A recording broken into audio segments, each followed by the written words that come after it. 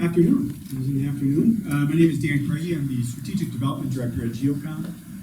We're a public safety GIS company based out of Minnesota. Wes, thank you for organizing this, and Prima, Chris, and Joe, thanks to you guys. The first responders. That is true. Formerly, I was the 911 Program Manager for the state of Minnesota. So I've lived in both of these worlds, being a vendor for public safety. Oh, now. Yeah. There we go. Don's here for me. Don and Dan. So I've lived in both worlds. So I understand the need and the really the challenges at the PSAP, both at the local, regional, and state level. And the first comments, I'm going to get to this. This is about NG911, but the first comment I want to make. Wes mentioned education. The other panelists mentioned working with other entities. Is really the need for collaboration for school safety between public safety, and there's many entities within public safety, 911, law enforcement, right, fire, and then education. Because I guarantee you in most of your jurisdictions, your educators or administrators have no idea how that public safety system works. When they call 911, they're probably oblivious to what goes on, as are most Americans. That's just the case. So there's really a need for collaboration. So both entities understand what needs to happen, what's happening at the school, what are their processes, what's happening at the 911 center, right? Because that collaboration is going to breed success. I'll mention this now, and it has to do with my next topic about technology, but the FCC has referenced a statistic where if you decrease response time by 1 minute, 10,000 lives are saved annually. And that's actually a really conservative statistic. That's actually only taking into account some medical calls. That's not domestics, active shooters. So the collaboration, understanding what each entity is doing is going to be really critical moving forward for school safety. I'm also going to talk about technology, maybe to the chagrin of some of the PSAPs here, because they are struggling with personnel. And so I think our goal here, and hopefully the vendors are listening, that technology should make it easier.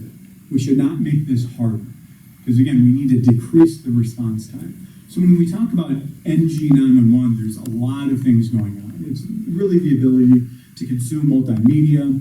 It's also, in what we've seen recently, is more accurate caller location. And that's what you're seeing behind me. You're seeing a really hyper-accurate caller location from wireless devices, which is a change from historical patterns, where before maybe 50 or 500 meters, you knew where a caller was. Today, and keep me honest, in some cases you're getting 3 meter, 5 meter, 10 meter accuracy.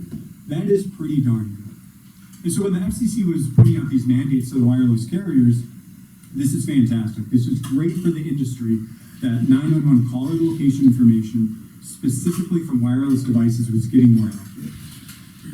Geocom being, a bit innovative and wanting to push the agenda a bit, kind of we raised our hands and said, well, that's great, but where's the context, especially indoors?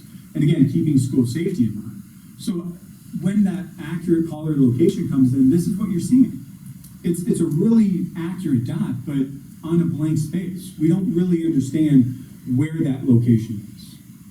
So FCC and some individuals there kind of challenged Geocom to say, that's not our job.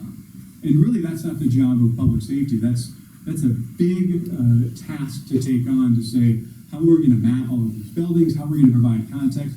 Really that's up to us on the panel today, is provide that technology. So Wes, if you go to the next slide, starting in 2014, you said, okay, that's a really accurate caller location. Maybe they're going to get some building footprints. There's that video playing, maybe you have to hit it one more time.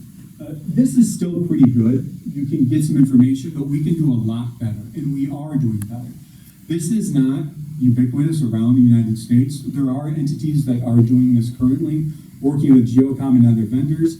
So we saw with ASR, you saw with the panic button, that there was an indoor map, and that's really what we're trying to get at. We're trying to provide that context, specifically in indoor spaces, of where those callers are coming from. Recently, the FCC mandated that vertical location be included in 911 calls. It's not happening all across the country. It's still not technically usable for the majority of ECCs across the country, but understanding that there's this movement to create more content, more information, and now it's up to the vendors to ensure that that's displayed in a way that ththose PSAPs and call takers can utilize. And then to the points that each of the panelists made, the need for interoperability, you don't need another screen. This is just data. This is a data layer that you can consume. So we are an AWS partner. The data for this indoor maps is stored in AWS to make sure it's available to anyone. It shouldn't be siloed within one particular application.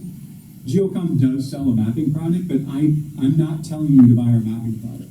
What I'm telling you to do is, work with vendors that can provide interoperable data so your PSAP, your states, can save lives, specifically with school emergencies. This data is useful everywhere, but really when we're talking with schools, is mapping the school, providing situational awareness, not just for the 911 center, but for the first responders, the school district. So everyone is working on the same data. It's a hosted platform. Everyone has access to it. It's updated. No one's worried about, well, you have an old map and I have this map. What's different? It's all the same. And so I mentioned that there's entities doing this. The state of Iowa actually put in an RFP to map all 1,500 of their schools, and we're going to be their partner in doing that. We're in conversations with Minnesota, our home state, to make this happen.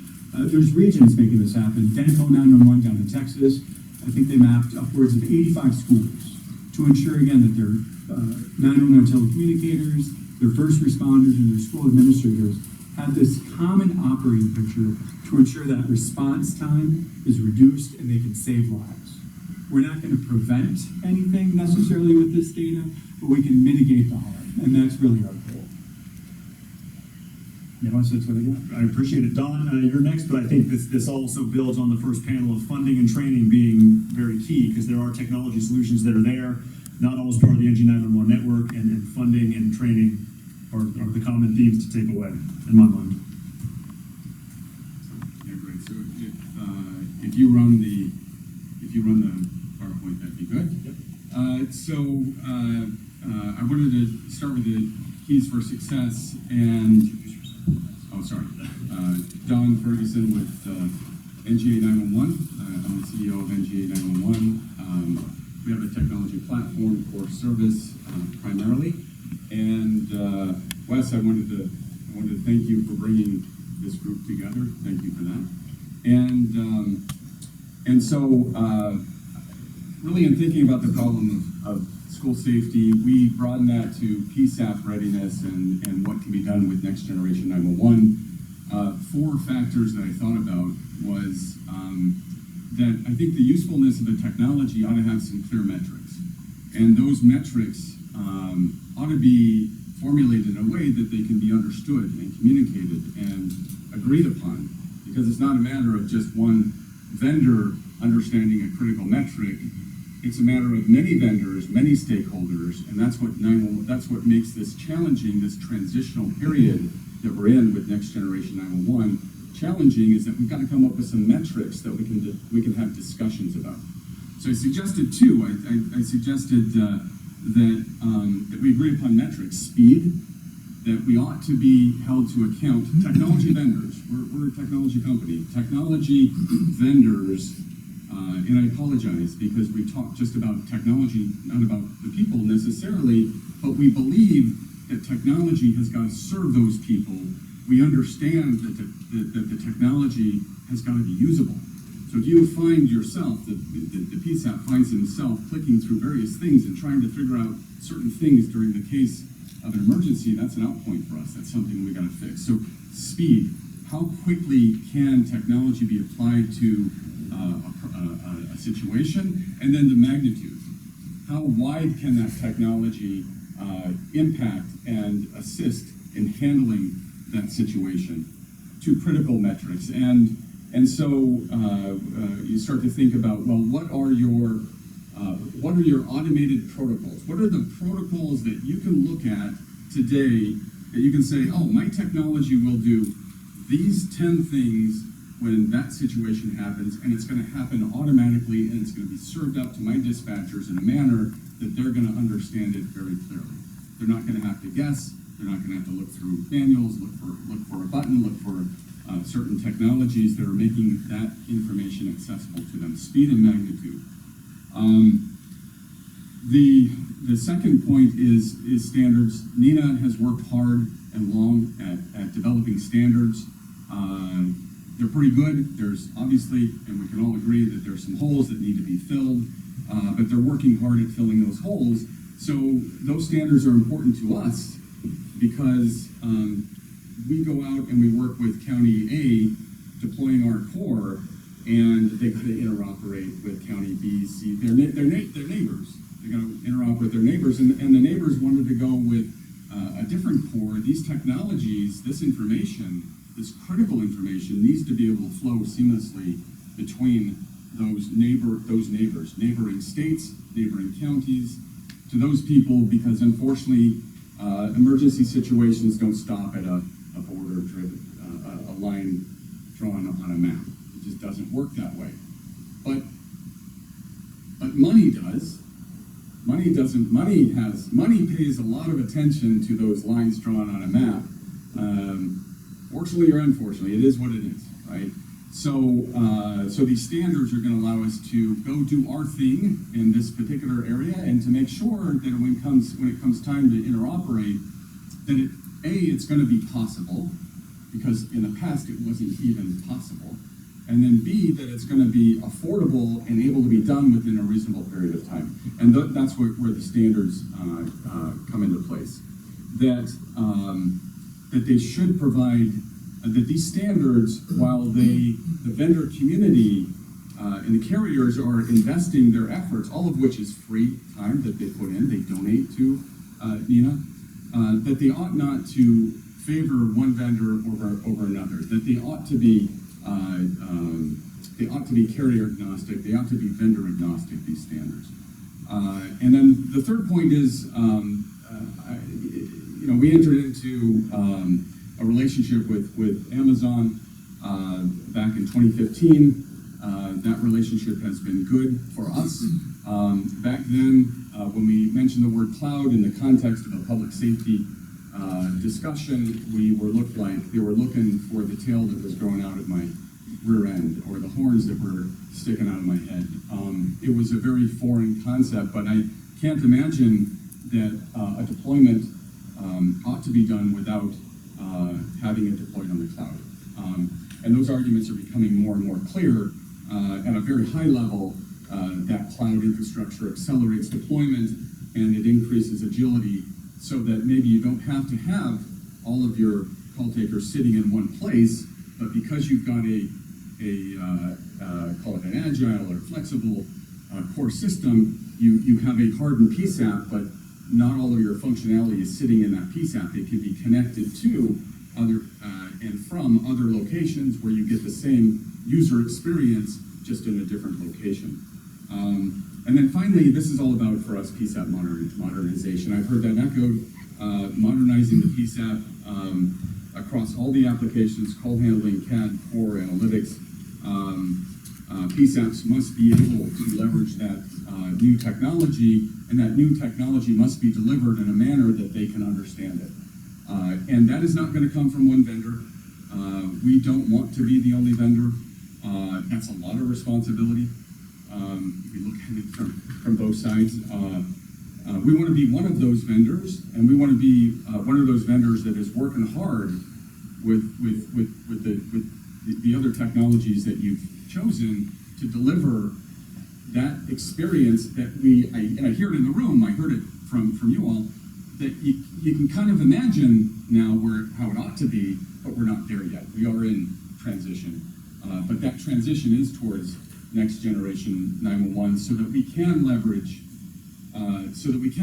these sorts of technologies that Alexa, Twitter, Facebook, all these different platforms are going to flow, not from 100 different devices sitting in front of a dispatcher trying to figure out what's going on, but into the center in a manner that they can be accessed, assimilated, and applied to handling the situation in its most optimal manner. But the thing that we recognize is that there have been billions of dollars of investment that can be leveraged and ought to be leveraged for the safety and security of citizens.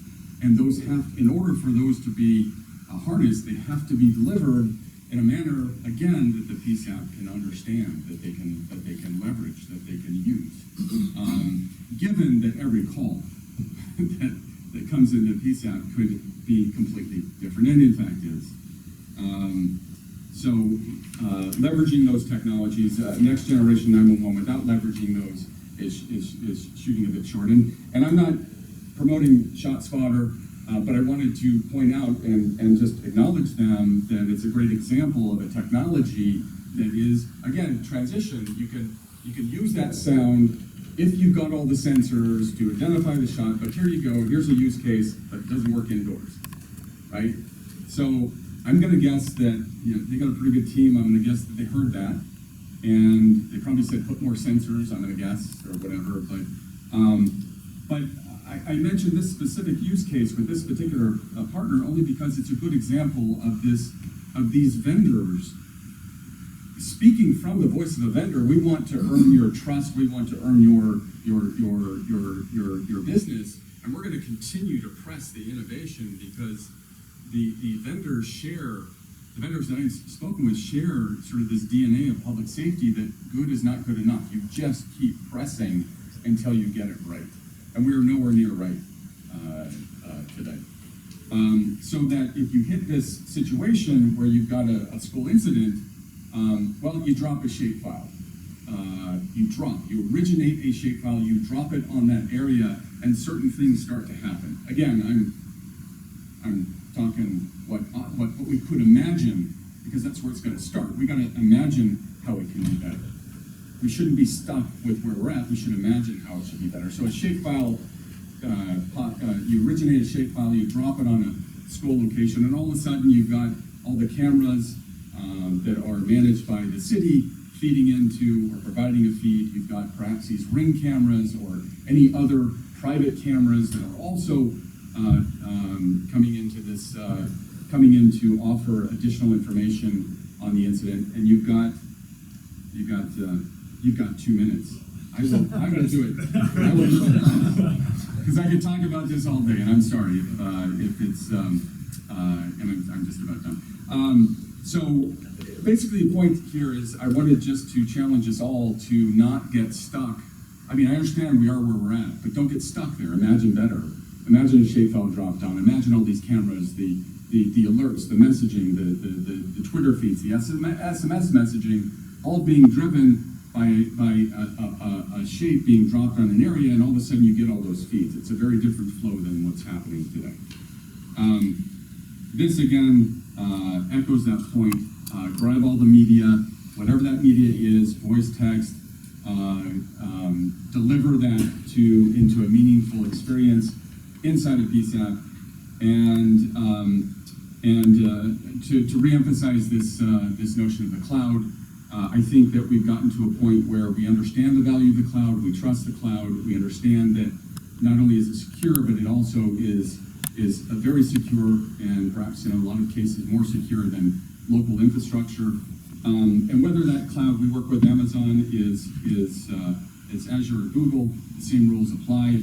That you ought to expect, and the reason you would plug into the cloud is not just to get a server, it's to align with that innovation. These cloud providers want you to increase your usage. You increase your usage because they figure out innovative ways to deliver applications that have value to you.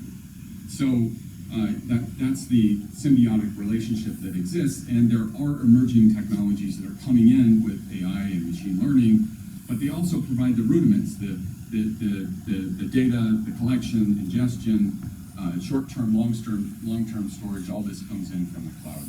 And the last piece, did I make the 2 minutes? Is this is where we expect it to be. A PSAP, a next-gen PSAP in that red area is trusted, it's safe from the rest of the world, but it is fully integrated with the rest of the world. It is receiving those feeds, dropping them into a core that organizes that and delivers that to a single unified experience that a dispatcher can understand and work with. Appreciate it. Thank you, Donna. As you're talking about all these data points, it reminds me of Karima's comment about the human element too, that what people are able to now see or will be able to see in a couple of years at the center, that's a piece that we cannot forget about is the training portion of that, or if additional resources are needed on that end. So appreciate it. And Bill, if you'd introduce yourself, and then you're next. Hi, I'm Bill McCuskey. I'm with Comtech Technologies. We do a lot of the background systems. If anybody feels better, my nights are completely sleepless. We touched 61 million 911 calls last year. Sleep is not something that's allowed. But really for me, as all of us have talked, Next Gen 911 is the foundation. The existing systems that were basically created from the phone companies a long time ago that were the beginning of technology of those days does not do it anymore. Trying to bring all these technologies together in a public safety environment of PSAP, police department, fire department, can't work if you base it on telephone company technologies. So to make any of this work, what the public safety folks need is Next Gen 911. They need it built.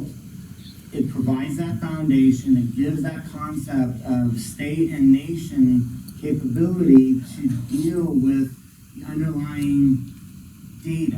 And that's what it comes down to. And you both talk about data is what it is, and that's what us techies like to talk about. But in the end, where are you? Longitude, latitude, street address, that's data. Where is the closest person that can respond that can help that person? That's data. It's all data. Next Gen 911 provides that foundation to allow public safety, allow the PSAPs to integrate the technologies with vendors and all that fun stuff. But in the end, to be able to provide their people what they need to be able to help that caller. That caller, today is a literal call, might be text, might be a car calling to say that there's an accident here, right? And then it's just going to go on from there. That's going to require that data all to come together in a place that the PSAP directors can train their people, use the right technologies, that's great, but in the end, if they can't get the data, they can't do anything to do it. And that's what Next Gen 911 has to be deployed for, to give that foundation.